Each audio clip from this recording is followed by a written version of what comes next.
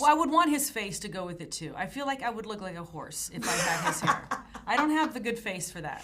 That's why I need a lot of hair to cover half of my face. But I think if I had his face and his eyes, I would be very happy.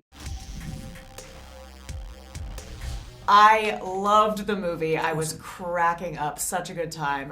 What was it like just seeing it with the audience last night? Really nice. It was great. It was really nice. I haven't seen a film of any kind in the cinema for 2 years, so to watch that one with an audience was really, it was very Just special. to be with people who are of like mind in terms of how to have fun and appreciate. It didn't feel cynical. I think 2.5 years ago, it would have been there would have been a cynicism there, and I think now there's an innocence that you could feel. Totally. And just South by Southwest is like no other place. There's still a genuine childlike quality to people's love of film. Yeah. That hasn't become jaded yet. Yeah, and I think you can. Sometimes film festival, they're very savvy audiences who have seen a lot, and sometimes that can result in a slightly a cynical viewing experience, and that was not the case. Yeah, everyone was just in from the word go. It was great. And it's our first South by Southwest. Yes. What have you been doing? This. I got in, I slept, I got up, I did the premiere yesterday. I haven't really done I managed to see a couple of the Daniels are here doing their movie Everything Everywhere All at Once, so I managed to catch up with them really quickly. But yeah, other than that, just this. But I know there is more to see of Austin, so at some point I will have to come back and do that. The what? You can go. There's a bridge here, South Congress, and there's a bridge that literally, when the sun starts setting, millions of bats come out and go foraging for, and it's pretty spectacular. Oh, awesome! Okay, no, I would definitely like to see that. It's really beautiful. I gotta say that the hair in this movie. Everybody you're right. Everyone has really good hair. Yeah, if you could switch hair with anyone in the movie, who would you switch hair with? I'm in love with his haircut. I love it too, actually. If I had the face he has, I would. It was my. It was my. Yeah, it's great. Every time I walk on set, I'm just like, your hair. Yeah. I love your hair. Yeah. I'm Brad. I take that long mane. Yeah. I don't know if I could pull it off, but I'd try it. What would you do if you guys woke up tomorrow morning and you switched hair? Well, I would want his face to go with it too. I feel like I would look like a horse if I had his hair. I don't have the good face for that. That's why I need a lot of hair to cover half of my face. But I think if I had his face and his eyes, I would be very happy. I was gonna say minus the facial hair, but there's something nice to.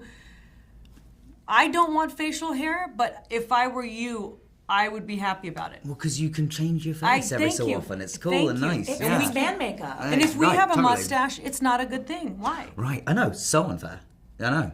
I just grew a mustache. It was great. Had it for a month. Girlfriend mustache. not happy. Say it again. Say mustache. Mustache. Mustache. I always think about that in roles when people have to have when you guys have to have crazy facial hair, because then you got to go to Starbucks. In the handlebar mustache. Yeah. I got to talk about the sequin jumpsuit. I can hardly wear a jumpsuit for an evening, let alone you having to wear that for 3 months or something. You gotta.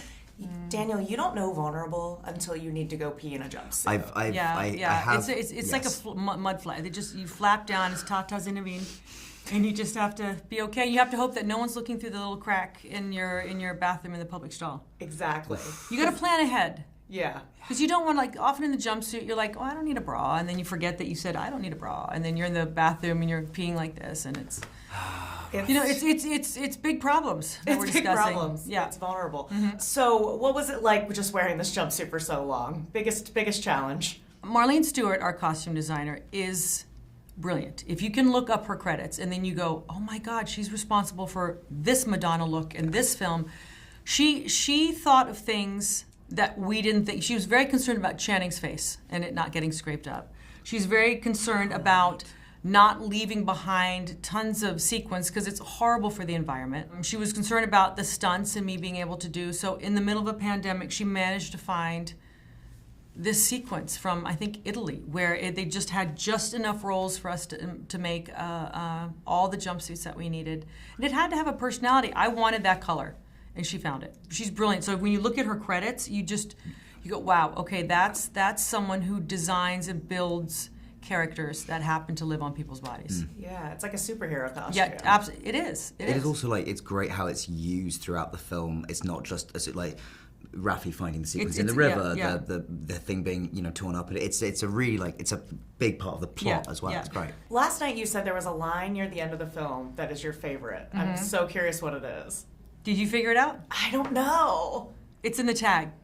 It's in the tag at the end. Oh, Oh. I still haven't seen the tag. Oh, you haven't seen the no, 'cause tag? they whisked us off last night. It's Oh in, my it's in the tag. god, Okay. I was dying. It's in the tag. Okay, that's kind of what I thought. That I was like, okay, I don't Yeah, know, near the yeah. end. So this movie's about they're going after the treasure. What is the biggest treasure or most prized possession you have from any film you've ever worked on or project? God, just the memories. I mean, you can take stuff home, but I was about to say a physical thing.